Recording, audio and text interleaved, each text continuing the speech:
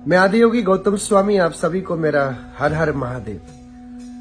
क्यों परेशान हो रहे हैं? शिवरात्रि आ रही है, भगवान शंकर महादेव के ऐसे टोटके में बताने जा रहा हूं जिससे आपका जिंदगी जीवन परिवर्तन हो सकता है 2024 में।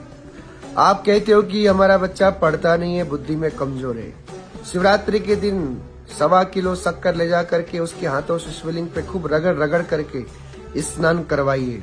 बच्चे का बुद्धि उसी दिन से बदलना शुरू होगा। आप कहते हो कि आपके घर में लक्ष्मी की बरकत नहीं है, पैसे की एकत्रित नहीं होता, लक्ष्मी आती नहीं है, पैसे की बढ़ोतरी नहीं होती, हमारे घर में बरकत नहीं है। 1.25 किलो गन्ने का रस लीजिए। 1.25 किलो गन्ने का रस ले जा करके अपने दोनों हाथों से मलते हुए भगवान शंकर को शिवरात्रि के दिन अर्पण करिए। फिर देखिए माल कैसे इकट्ठा होगा, पैसे की बढ़ोतरी कैसे आएगा और बरकत आपके घर में 2024 में पूरा का पूरा कैसे समर्पित हो जाएगा। ऐसे ही आप कहते हो कि बीमारियां बहुत लगी हुई है। 1.25 किलो लीजिए आप दही, और दही कैसा होना चाहिए? गाय के दूध का ही जमा हुआ होना चाहिए।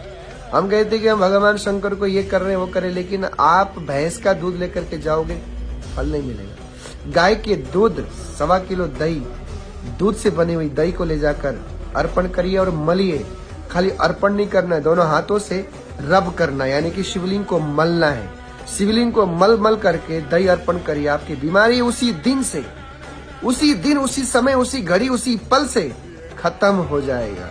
एक गारंटी के साथ आप करके देखिए।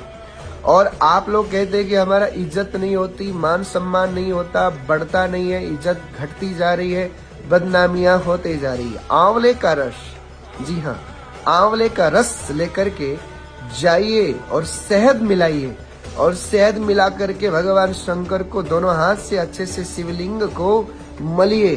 फिर देखिए चमत्कार, उसी दिन से आपका इज्जत बढ़ना शुरू होगा, मान प्रतिष्ठा बढ़ना शुरू और प्रारंभ हो जाएगा।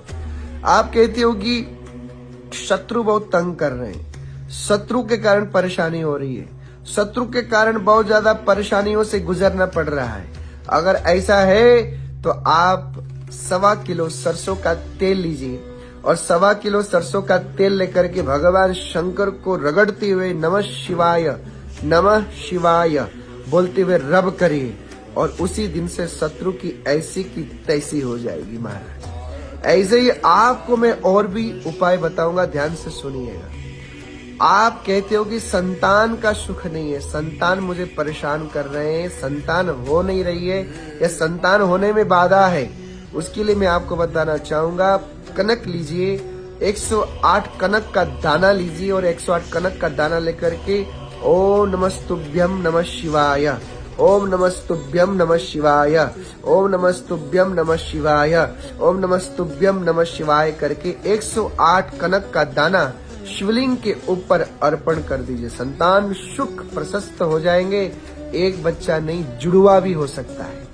आगे मैं बात करूंगा आप सभी महादेव के भक्तों को, और 8 मार्च 2024 को जो शिवरात्रि आ रही है उसके लिए आप सभी को कहना चाहूंगा।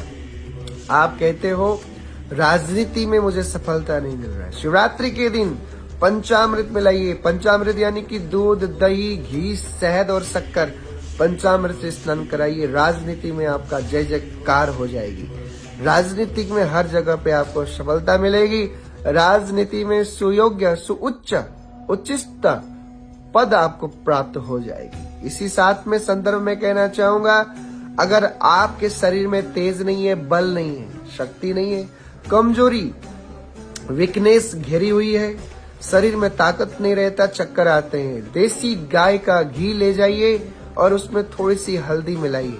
देसी गाय का घी, 1 चुटकी हल्दी मिलाइए और मिला करके भगवान शंकर के ऊपर, शिव के ऊपर शिवरात्रि के दिन अर्पण करिए और दोनों हाथ से मलिए। उसी दिन से आपके शरीर में ताकत और बल की प्राप्त होगा।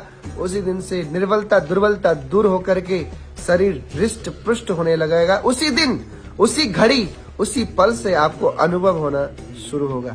ऐसे ही जानकारी लेना चाहते हैं तो आप कमेंट्स बॉक्स में आइए, कमेंट्स करिए, मेरे से संपर्क करिए और ऐसे लाभ प्राप्त करते रहिए। जिंदगी को अपना सुंदर और उन्मय और मंगलमय बनाने की कोशिश करिए। धन्यवाद। हर हर महादेव।